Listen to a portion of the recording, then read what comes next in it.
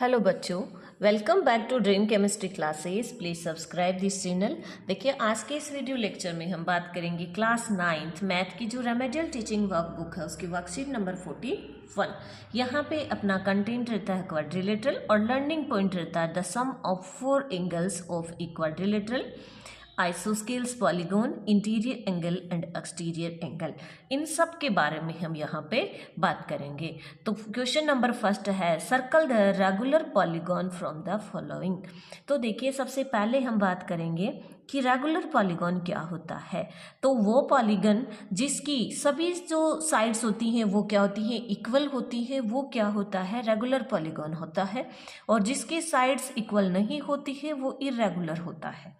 ठीक है, तो यहाँ पे देखिए, ये रेक्टेंगल है और यहाँ पे ये कोई पेंटागन है लेकिन इसकी ओनली 2 साइड्स इक्वल है। और ये भी ट्राइंगल है लेकिन इसकी सभी साइड्स इक्वल नहीं है। ये ट्राइंगल ऐसा है जिसकी क्या है, 3 साइड्स हैं और 3 की 3 इक्वल हैं, तो ये क्या हो जाएगा, रेगुलर पॉलीगन हो जाएगा। क्वेश्चन नंबर 2 है, a closed shape made up of 4 sides is called quadrilaterals. तो एक क्लोज शेप जिसके अंदर क्या होती है, 4 साइड्स होती हैं, वो क्वाड्रिलेटरल कहलाता है। नंबर 3 है, mark the number of interior angles and exterior angle in the following pictures. हमें क्या करना है, इनके अंदर देखिए जो इंटीरियर और एक्सटीरियर एंगल है उनके नंबर्स बताने हैं।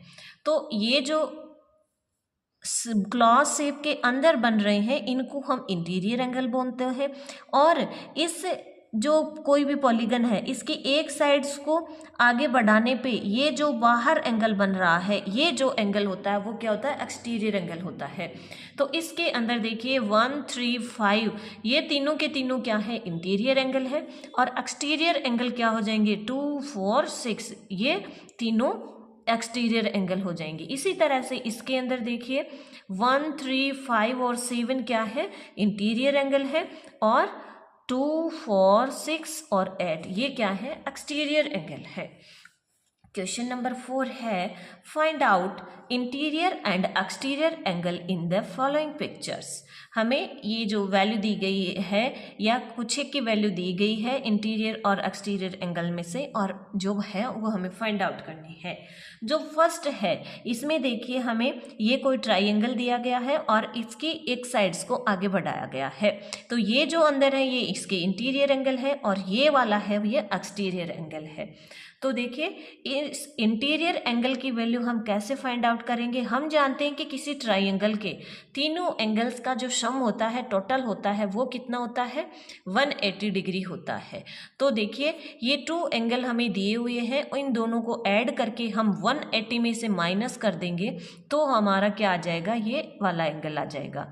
तो 60 और 50 क्या हो जाएंगे, 110, और 110 को 180 में से माइनस करेंगे तो आंसर आ जाएगा 70 डिग्री। और देखिए, फिर हम बात करें इस एक्सटीरियर एंगल की, तो इसको कैसे फाइंड आउट करेंगे। हम जानते हैं कोई भी एक जो स्ट्रेट लाइन होती है इस पे लीनियर पेयर बनते हैं, यानी मैक्सिमम यहाँ पे 180 डिग्री का एंगल बन सकता है टोटल, इस तरह से एक स्ट्रेट लाइन पे। तो यहाँ पे ये क्या है, एक स्ट्रेट लाइन है और ये लीनियर पेयर बन गया, यहाँ पे सरल रेखीय युग्म। तो यहाँ पे इन दोनों का टोटल P और X का टोटल क्या होगा, 180 डिग्री। तो ये इसका मान क्या हो जाएगा, अपने 110 डिग्री हो जाएगा। या कह सकते हैं कि इस एक्सटीरियर जो एंगल होता है इसका टोटल होता है जो दोनों सामने के दोनों इंटीरियर एंगल के टोटल के इक्वल होता है। ठीक है, आप किसी भी तरह से हाइपोथेसिस लगा के इसको यूज कर सकते हैं। नंबर 2 है, देखिए यहाँ पे ये इंटीरियर एंगल। तो हम जानते हैं कि किसी भी ट्राइंगल के तीनों एंगल्स का टोटल क्या होगा, 180 डिग्री। 50 और 40 को ऐड करते हैं तो 90 डिग्री, और 180 में से हम माइनस कर देंगे 90 डिग्री, तो वो वैल्यू आ जाएगी एंगल P की। और हम जानते हैं ये एक लीनियर पेयर बन गया, तो 90 ये है तो ये भी क्या हो जाएगा, 90 डिग्री हो जाएगा। नेक्स्ट आता है नंबर 3 इसका। तो इसमें देखिए, ये एक क्वाड्रिलेटरल है और जो क्वाड्रिलेटरल होता है उसके जो 4 एंगल्स होते हैं उसका टोटल होता है 360 डिग्री। ठीक है। तो इन तीनों को ऐड करके हम 360 में से माइनस करेंगे तो ये आंसर आ जाएगा अपना अक्स का। तो देखिए यहाँ पे क्या हो जाएगा, ये 140 और ये 70 और 90 इनको ऐड करेंगे तो ये हो जाते हैं अपने 300, और 300 में से 300 को 360 में से माइनस करेंगे तो ये वाली वैल्यू आ जाएगी अपने 60 डिग्री, और ये एक लीनियर पेयर बन गया। ये 90 है तो ये वाला एंगल भी क्या होगा, 90 होगा। तो इसकी एक्सटीरियर एंगल की वैल्यू आ जाएगी 90 डिग्री। फिर है देखिए इसका नंबर 4, वो है ये एक क्वाड्रिलेटरल दिया गया है जिसमें 3 एंगल हमें दिए हुए हैं और चौथा एंगल हमें निकालना है। तो इन तीनों को टोटल करके हम 360 में से माइनस करेंगे तो इस तरह से ये 60 डिग्री आ जाता है इंटीरियर एंगल। और एक्सटीरियर एंगल ये एक लीनियर पेयर है, ये क्या है, लीनियर पेयर है। अगर ये एंगल 130 है तो ये एंगल हो जाएगा 180 माइनस 130 तो 50 डिग्री।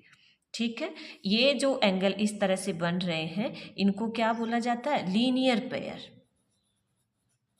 लीनियर पेयर, और इनका टोटल होता है 180 डिग्री। ठीक है, फिर है क्वेश्चन नंबर 5। देखिए यहाँ पे 3 एंगल क्वाड्रिलेटरल है और क्वाड्रिलेटरल के अंदर 3 एंगल हमें दिए गए हैं।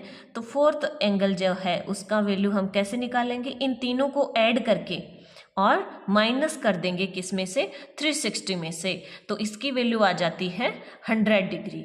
अब एक्सटीरियर एंगल की बात करें तो हमें 4 एक्सटीरियर एंगल फाइंड आउट करने हैं।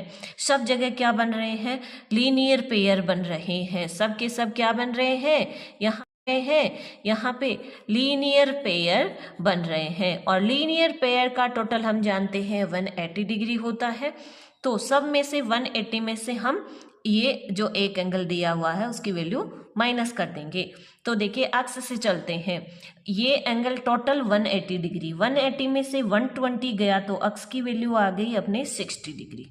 ठीक है, फिर देखिए y की बात करें तो ये 80 डिग्री है, तो 180 में से 80 माइनस करेंगे तो ये आ जाएगा 100 डिग्री। ठीक है, इसकी वैल्यू आ जाएगी 100 डिग्री। फिर z की बात करें तो देखिए ये लीनियर पेयर है, ये 60 है तो ये हो जाएगा 120। इसी तरह से w की बात करें तो p की वैल्यू हमारे पास में आई थी 100 डिग्री, तो 180 में से 100 गए 80 आ जाएगा अपना w का आंसर। ठीक है, इस तरह से इंटीरियर और एक्सटीरियर एंगल से रिलेटेड जो अपनी वर्कशीट नंबर 41 थी ये कंप्लीट होती है।